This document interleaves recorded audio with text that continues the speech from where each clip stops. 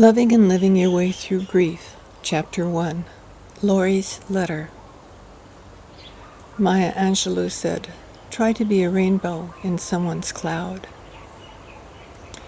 My husband had a close friend who was about 20 years younger. His name was Chappie, and he called my husband Dad. We spent lots of time together with Chappie and his wife Lori. A few months after my husband died, Chappie died with no warning. I immediately thought of his wife and wanted to help.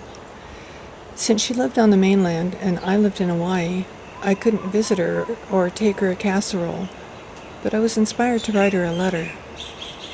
The words just flowed from my heart, and about what she needed to know right then and how she could take care of herself. Knowing that the mail can be very slow from the islands to the mainland, I emailed a letter to Rose, my good friend who lived a couple blocks from Lori, and asked her to hand deliver it so she could have it right away. This is Lori's letter. My dearest Lori, with my words I send love to wrap you up and comfort you.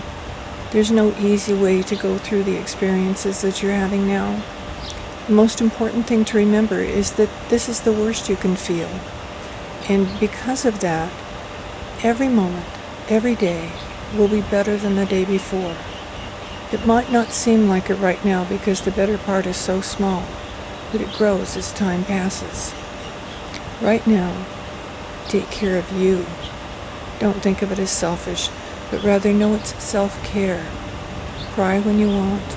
Be alone when you want. Be only with who you want to be. Eat only what you want to eat. And don't judge yourself for anything. Don't be surprised at anything. If someone says or does something that makes you upset, then let's step back and let that go. People don't know what to say in this situation, and they frequently say strange things or things that just seem wrong.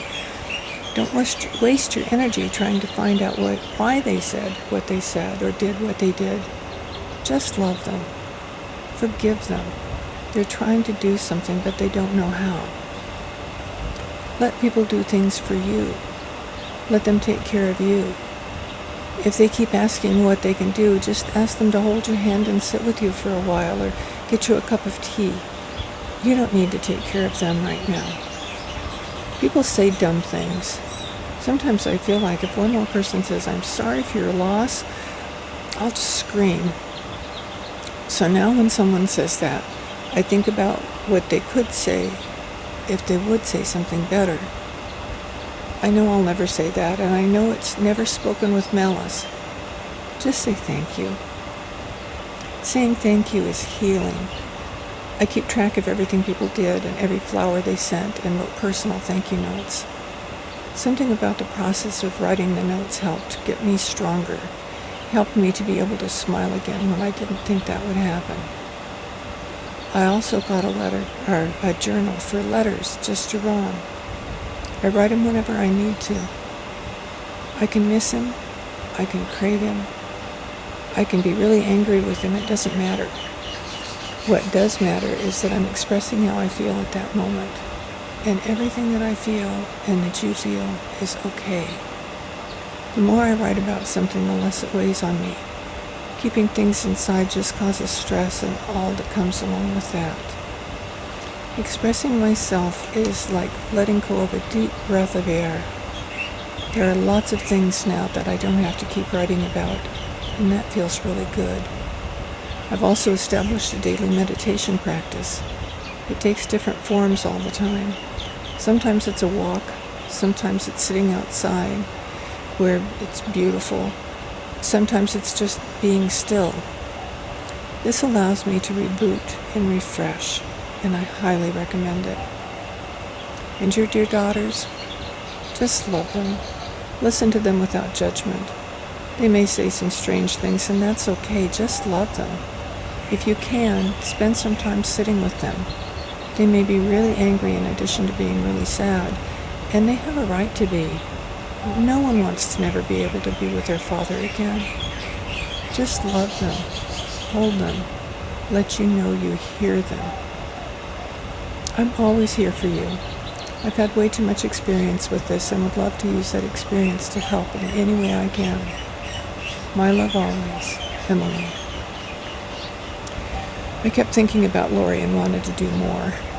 I knew that one of my biggest challenges when both my husbands died was that many of my friends kind of faded away, especially the first time. One of my creative projects was to make note cards using pictures I take on the island of Maui. I decided that I would send Lori a different card every week, so I started writing down what I wanted to tell her for that first week after first year after Chappie died. I was amazed that the notes started flowing, and within 2 days I'd written the content for 52 cards, one for each week. The writing process turned out to be therapeutic for me, and I hoped the notes would be therapeutic for her too. And I know that for this year, each week she'll be reminded that she's loved and supported. Since Ron died, and I'm retired now, I've been trying to figure out what I'm supposed to be doing. I told my granddaughter Katie about the 52 cards I wrote, and she called to tell me that her dad's best friend had died suddenly in his 50s, and she wanted to send the cards I created to his widow. While I was working on putting the cards together for her, I was listening to a podcast on my computer by Lisa Jones, the Millionaire Medium. She read the first chapter of a book she'd written about the experience she had when her husband died, which was so powerful. I'd read her whole book before, and hearing her speak her experience was amazing. And I thought, I can do that. I can write a book about the 52 weeks of ideas that I came up with. I'm grateful for the inspiration and hope it will bring love, joy, and comfort and support to people dealing with any kind of loss or just feeling loss. So here it is.